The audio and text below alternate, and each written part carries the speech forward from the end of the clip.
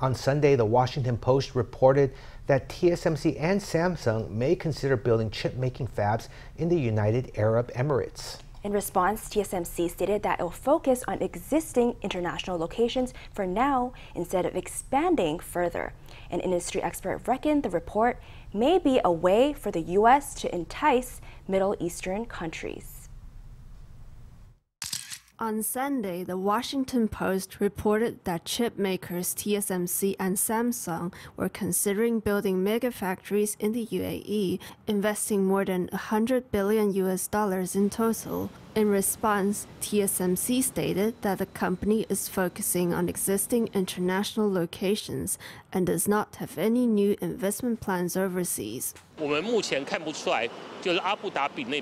can't really tell for now how Abu Dhabi can guarantee orders for TSMC. I don't think TSMC will easily set up a fab there. As for Samsung, they're focusing on turning South Korea into the largest chip maker in the world. In that case, setting up another fab in the Middle East may lead to an overproduction of chips in the future. That's something worth considering too. The industry expert identified several factors that may discourage investment, including geopolitical risks and the lack of a robust supply chain. For TSMC, whether in Arizona, Dresden, or Kumamoto, the chip maker is able to secure orders within existing ecosystems. In contrast, chip making is only getting started in the UAE. For this reason, Chai said it's plausible the Washington Post story was created by the U.S. for diplomatic objectives.